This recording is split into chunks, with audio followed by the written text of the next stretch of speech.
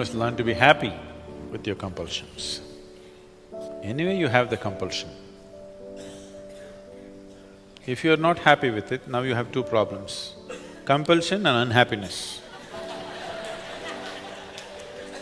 At least if you have one problem, it's easier to deal with it. You have your compulsions, learn to look at it joyfully. This doesn't mean you're happy about your compulsions, you are happy.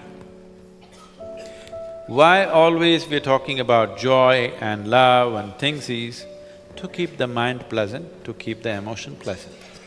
Because when your mind and emotions are pleasant, you are flexible, we can do many things with you. When your mind and your emotions are in unpleasant, you become rigid. Nothing can be done about you. So already you have one problem, don't create the next one. Unhappiness is unpleasantness. Now when you're in a state of unpleasantness, nobody can touch you, nobody can help you, nobody can do anything with you. If you're in a state of pleasantness, you're willing to be molded into a different shape, isn't it?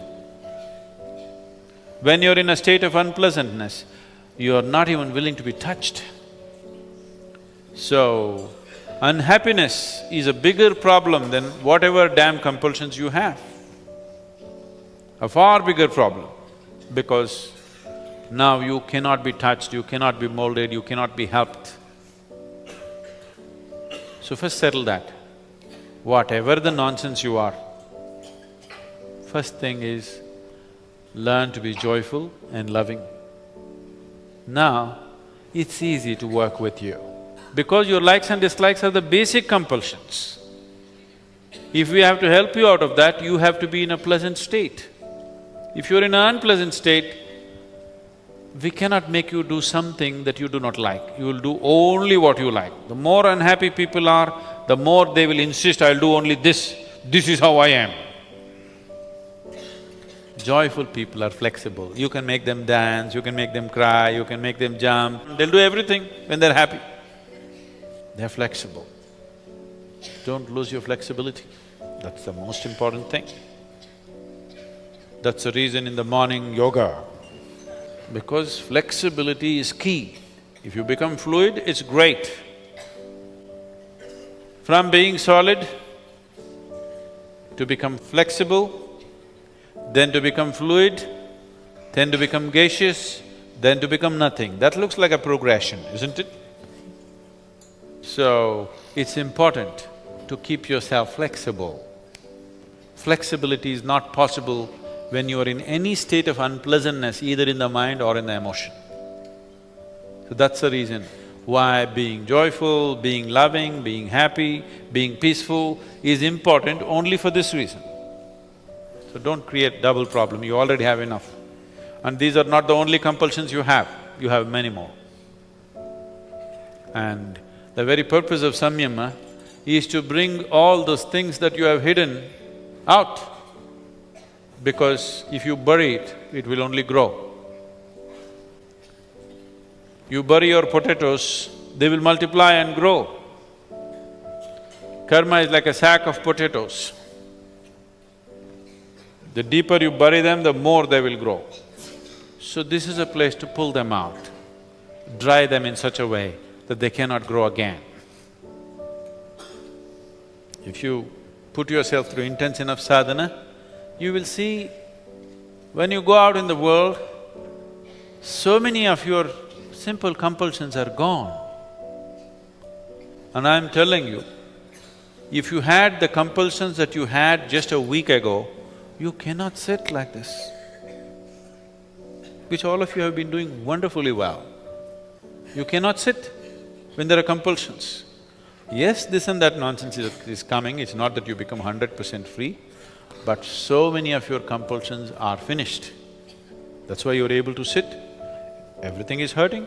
Who is not hurting? Everybody is hurting, including me. For me, only one leg, for you both. That much exemption I have because I have to sit through many samyamas. It's hurting, that is the whole thing. Hurts, I want to get up. Get hungry, I want to run and eat. Feel like this, I want to go and pee. That is what… we've outgrown that. Very hungry, but it doesn't matter. Very painful, it doesn't matter. It's a terrible compulsion. Most people won't bear it for 2 minutes. They'll hop around. Now you're just sitting. And somebody sitting next to you, they're also doing ba ba boo boo boo.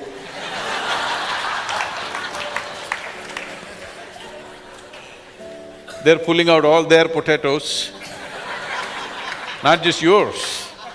You also have to bear with the surrounding potatoes. Rotten potatoes just spilling all over the place, but still. So don't complain, you're doing great but still there are a lot of potatoes to pull out. They need to be every day pulled out, every day. Just doing it once a year, 7 days is not good enough. Every day, you pull them out, dry them up and keep them in. Dry them to such a point where they cannot sprout again, then it's okay, potatoes are useful.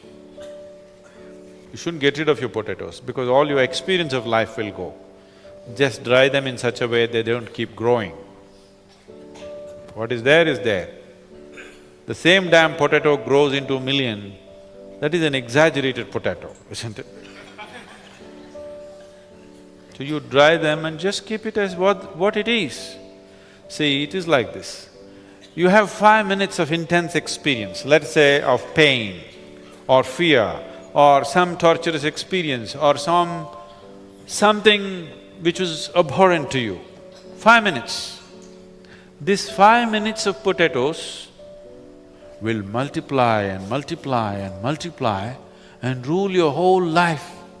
Wherever you go, that's what you talk about. Wherever you are, that's what you think about. If something moves, you think the same thing is going to happen. Because you're multiplying your potatoes, you bury them and they're multiplying. They will become millions of potatoes, same kind, abhorrent kind. Now, you dry this potato and keep it, it is there. It's a good experience. If you went through a real bad experience, it's a good experience because these are invaluable. What you learn through unpleasant moments in your life is invaluable. If you forget that experience, you are a fool. Only a fool will try to forget. If you're smart, you must remember every unpleasant experience you had without resentment, without anger, without unpleasantness, just in your memory always, so that you never ever get into the same situations again. If you burn your experience, you'll go through the same nonsense all over. We just want to pull out the potatoes, dry them in such a way that they cannot sprout, but we want to preserve the potatoes. We don't want to get rid of them. Otherwise, you'll be again an ignorant fool who'll do the same things all over again. The value of life's experience cannot be thrown away. The value of lifetimes of experience definitely cannot be thrown away. It's needed. If you can keep them at a distance and use them as experience. If you let it grow into you, then it just poisons your whole life. Karma is the only thing, the memory of experience is the only thing which can bring wisdom to you. And it is the only thing which can bind you. And it is one thing which can so heavily poison your life that it can destroy you. So karma is not the problem, how you carry it is the problem. How you carry it is the only problem, karma is not the problem.